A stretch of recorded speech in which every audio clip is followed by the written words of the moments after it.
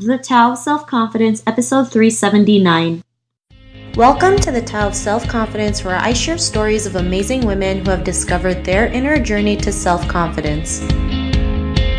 Visit our website at thetaoofselfconfidence.com. Your inner journey to self-confidence awaits.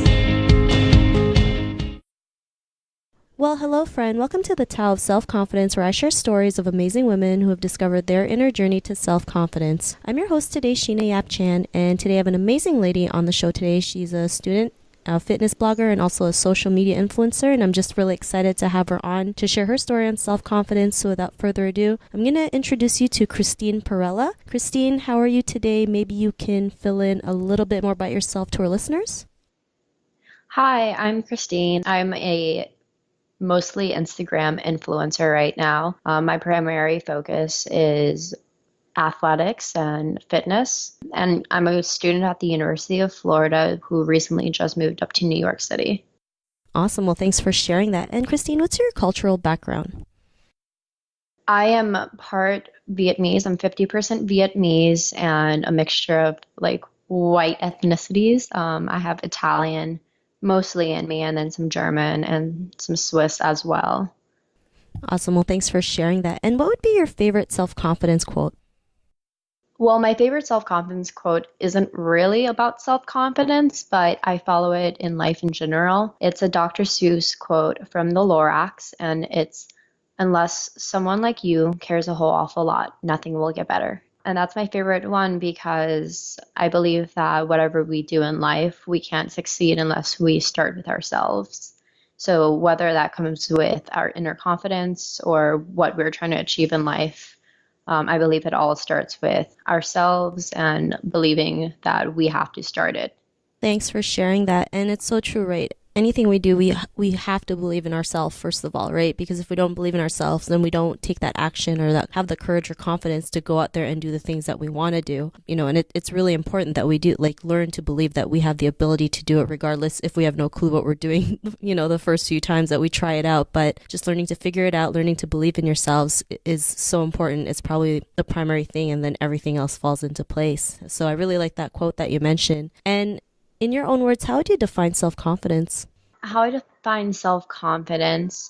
Well, for me, I actually lacked a lot of self-confidence growing up. So as I grew and developed my self-confidence, I kind of describe it as the ability to be comfortable with oneself without letting the opinions of others put a negative connotation on your life. Thanks for sharing that. And that's a great definition, especially, we're so, as women, especially women of Asian descent, we're so great at, always wondering what other people think of us, right? We're so scared that, we might get laughed at or teased at to the point where we don't do anything. And sometimes we just have to let go of that notion and just learn to love ourselves enough to do the things that we want. And, the right people will come to us, and the people who were teasing you or telling you what to do, it wouldn't even matter as much anymore because you just have so much confidence in yourself, you're willing to do anything. So, I really love that definition that you mentioned. And what was your life like before your discovery of self-confidence? So actually, I was bullied a lot in seventh grade and in middle school in general. I was always very, very skinny, and I was called like bulimic and anorexic and stuff like that. And they just kind of like made fun of me for no reason, and just I don't know, they were just really rude. I also had really long hair back then.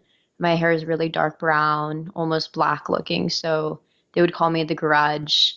I wasn't a girly girl, so like I would always be out playing soccer and tomboyish, and they would just constantly make fun of me and call me names. And even being Asian, I was one of the few Asians at my school, so they would call me like Ching Chong and like the typical Asian, what's it called? Like how they usually make fun of Asians and stuff like, oh, like you're nerdy, like ching chong, like you have slanty eyes and stuff like that. And it was really hurtful for a while because, I thought that I wanted everyone to like me. And it kind of just sucked because, like all the boys I would have crushes over, they were rude to me, and they would like mess around with me and pretend to like me they'd be like, no, we would never like a tomboy, or no, we would never like the grudge. And it was kind of annoying for a while.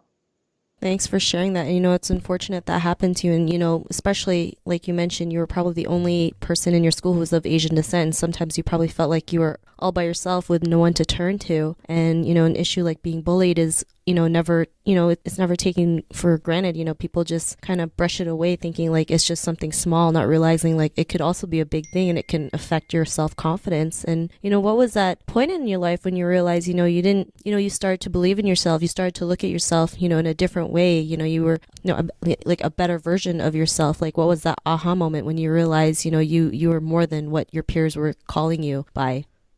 It actually came in two different parts.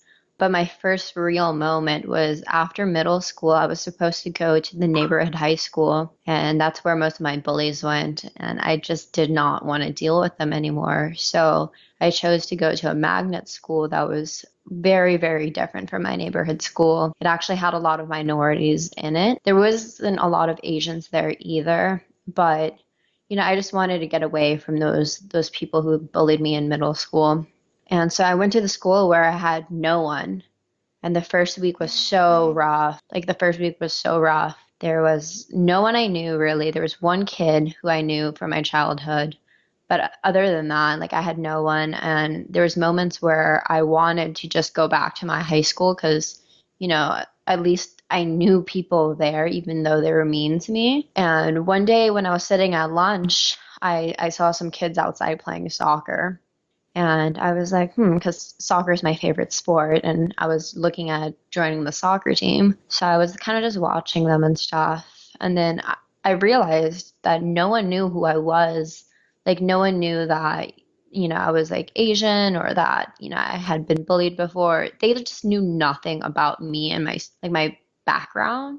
So I realized it was then that I could like make a new, like, not life for myself, but like I could start fresh, that I didn't have these like pre-existing negativities. And so one day I went up to a kid that I saw playing soccer and I was just like, hi. And he turned around and he was like, hi, who are you? And I was just like, oh, like I saw that you play soccer. Like, are you on the team? And he was like, yeah, I'm on the team and stuff. Do you play soccer? And then I was able to kind of talk about something I was passionate about and made a connection with him. And from there, he introduced me to his other friends and stuff that also played soccer. And then I realized that at that point, I had formed a bond with people who had the same interests as me.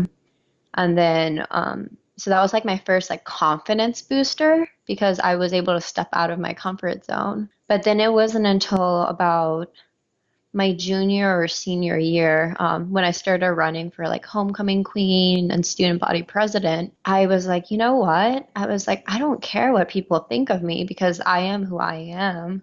So that's when I like started running for everything because I realized that whether or not people liked me wasn't, it wasn't going to stop me from being who I was and who, like where I wanted to go and what I wanted to do. So I just kept on doing me. And if people weren't following me and weren't wanting to be my friends and stuff for me being who I was, like I knew I didn't need them in my life. And then that was like my other like aha moment where it kind of formed me to be who I am today.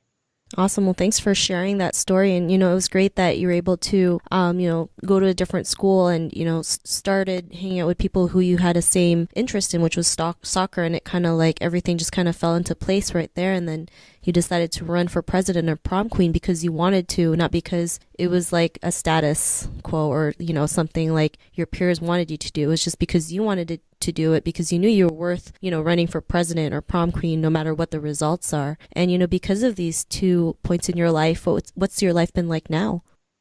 Oh, it's been great. I went to the University of Florida where they have a student population of over 50,000. And at first, it was really nerve-wracking because there's so many people, and I kind of started falling back into that phase where I was scared of what people thought of me. And then I reminded myself, I was like, no, like this is just how high school was. You just have to like be confident with who you are and what you do. And, these people won't really have an influence on your future unless you want them to. Ever since high school, I feel like my life has been, I mean, it's been hectic, obviously, but with my personality and confidence, it has definitely been a lot better. Very rarely am I ever hurt by what someone says. I mean, unless it's like a loved one, but like a random person or even just like a friend, if they see something rude, like I usually just brush it off because I know my self-worth now, and I'm not going to let someone's opinion stop me. I mean, I take into consideration, but I'm not going to like sit there and mope about any negative things they say about me. Awesome. Well, thanks for sharing that. And it's just, proof that, your past doesn't have to be your present or your future, right? I mean, you can change in an instant like what you did. As a kid, you were bullied at school. When you went to high school, you said, I'm just going to do something different. Like if you wanted to play soccer, you just took the action and said, I'm gonna try out. I'm gonna ask if I can play, and then it just was like a domino effect. Your confidence just kept on building up and up and up because you knew that every time you did it, you were a better version of you. You had more confidence to be yourself. You want to do the things that you want to do. You did it because you knew you were worth it, and it's great that you were able to come out of that. And to the woman who's listening to your episode, she may be in her own journey of self confidence. What would be that one tip you would give to her? My one tip would just be who you think you should be. I know my mom lectures me all the time saying that I need to do this and that.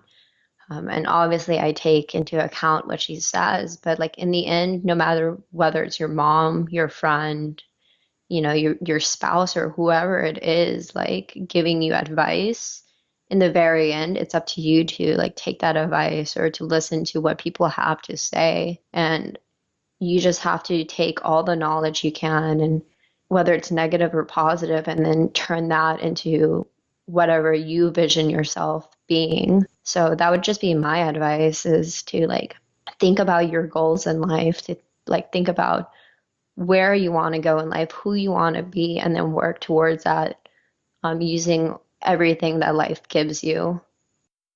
Awesome, and thanks for that great advice. I'm sure the listeners will love that. And it's true, it's just learning to work on yourself and knowing what you want and don't want, as a person and as your true and authentic self. It's really important. When people tell us things, it's not like they mean anything by it. They want the best for you, but it's always up to you to take the advice or not. So I really liked what you mentioned. And if our listeners wanted to get to know a little bit more about you or what you do or check out your Instagram, is there any links or social media profiles we can connect with? Oh, for sure, for sure. My main form of social media is probably Instagram, and my Instagram name is the Christine P. So TheChristineP. And then I guess other than that, I might suggest checking out a page that I'm trying to start up as a nonprofit. Currently, it's a project that I'm working on for my major. I major in sustainability, and it's a Facebook page. If you look up Project Full Sphere, it's just project and then FULL and then SPHERE.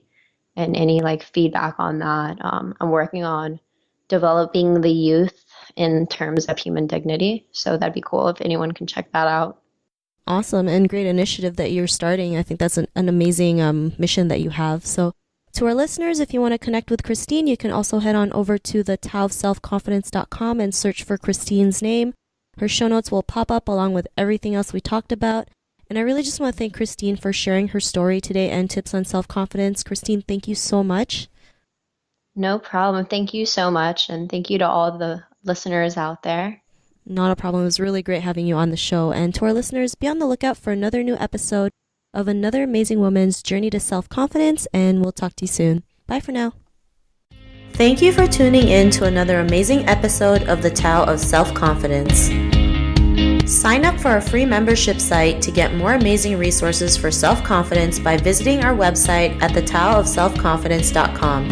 Your inner journey to self-confidence awaits.